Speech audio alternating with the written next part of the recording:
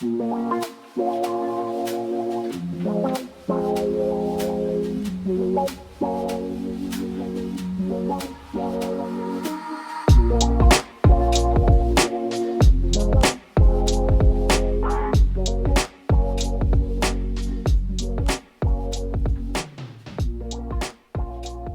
a sign above our office door when I first started out as a young intern.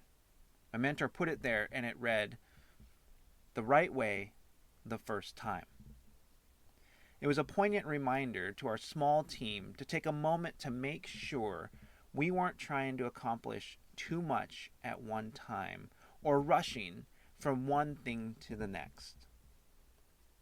Just as in any small staffed organization, we prized the multitasking abilities that we had. It wasn't just a bonus, it was a requirement. But that oftentimes meant that we were rushing around, and sometimes we missed the opportunity to do things right by slowing down. One of my coworkers recently shared with me this idea that you can have it fast, you can have it cheap, you can have it quality, but you can only choose two. And while I think that is a really nice idea, and there's definitely some wisdom in there, I think that there is a way to have all three. You can have it fast, you can have it cheap, and you can have it high quality temporarily. The problem is, trying to have it all is just not sustainable.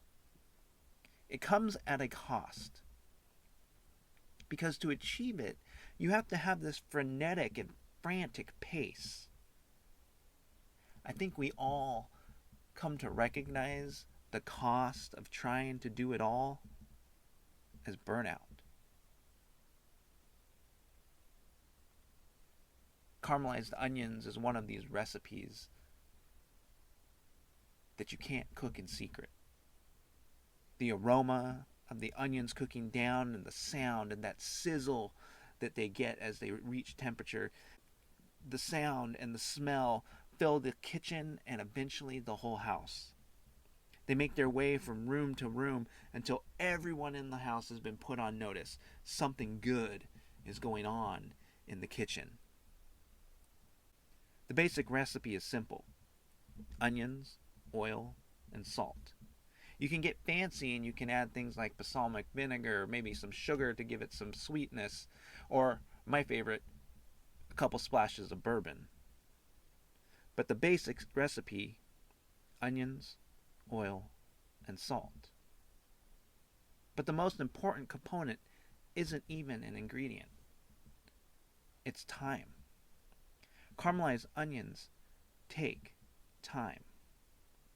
There are lots of purported methods and hacks and shortcuts that claim to shorten the time component, but none of them can deliver the fullness of an onion given time to properly caramelize. Sure, pressure cooking and oven roasting, they can deliver a portion of what a caramelized onion might be, but it cannot bring the complete package. Daniel Gritzer, one of the writers at the website Serious Eats, comments, "Caramelized onions are more than just a delicious allium preparation. They are a message to our get-rich-quick dinner in 10, six-pack while you sleep society."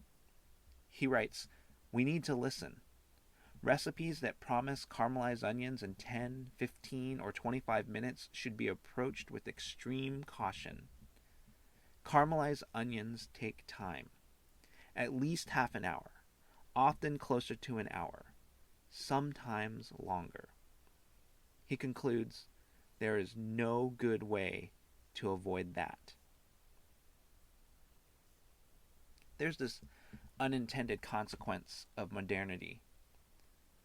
As the modern world entered into the Industrial Revolution, as we had factories going automated, and efficiency and volume became high valued pursuits, we momentarily lost craft and quality. It's this It's this time in history that we have the advent of big box stores and the death of the mom and pop shop. It's this time that we have chain restaurants and the disappearance of the corner diner. We're starting to see the pendulum swing away as people are casting off the cookie cutter and mass produced, and instead they seek out things like craft beer and single barrel whiskey, heirloom vegetables that are imperfect and randomly sized but pack an amazing flavor. You have people who are willing to pay a premium in both time and money in order to have bespoke, made to measure clothes. My mentor Hal used to say that the sign above our office door not only applied to tasks, but also to relationships. No matter how hurried, no matter how busy, no matter how long our task lists, an interaction, a relationship takes precedence. I remember that it would take him 20 to 30 minutes to walk down the long hallway of our church building on a Sunday morning, because he would stop to speak with anyone and everyone who might want some of his time. Not just the students and parents of students that were his primary responsibility, but everyone, whether it was a little child or an elderly woman, whether it was a quick greeting, the beginnings of a deep conversation, or a request to come hang some Christmas lights or to fix a kitchen sink. He tried to make time for it all. This is why it is so exceptional and instructional that Jesus, in the midst of his most successful and efficient in his busiest times, he takes time for himself. In the midst of his ministry, when it was growing at such a rapid pace, when it was drawing all kinds of attention, when his quote unquote fame was on the rise, he took time to grow with God and in his knowledge of God. In the Gospel of Mark, where the storyteller stacks miracle on top of teaching and follows it up with more miracles and more teachings, that storyteller made sure to include numerous examples of Jesus stepping away. Jesus stepping onto a boat to put physical space between him and the frantic nature of ministry in a crowd. Jesus taking time in the early morning to separate himself from everything else going on around him to be with his God. Too often, we are in pursuit of the destination, the end result. We are in such a hurry to be with God that we miss out on the journey, getting to know him.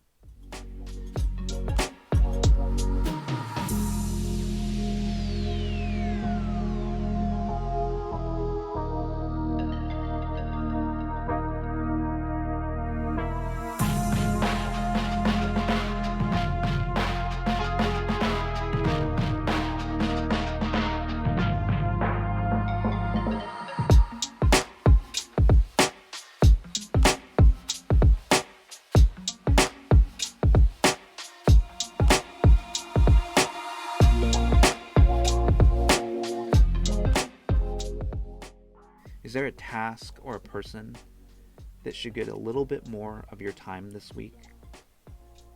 Or maybe do you need to give yourself the gift of time?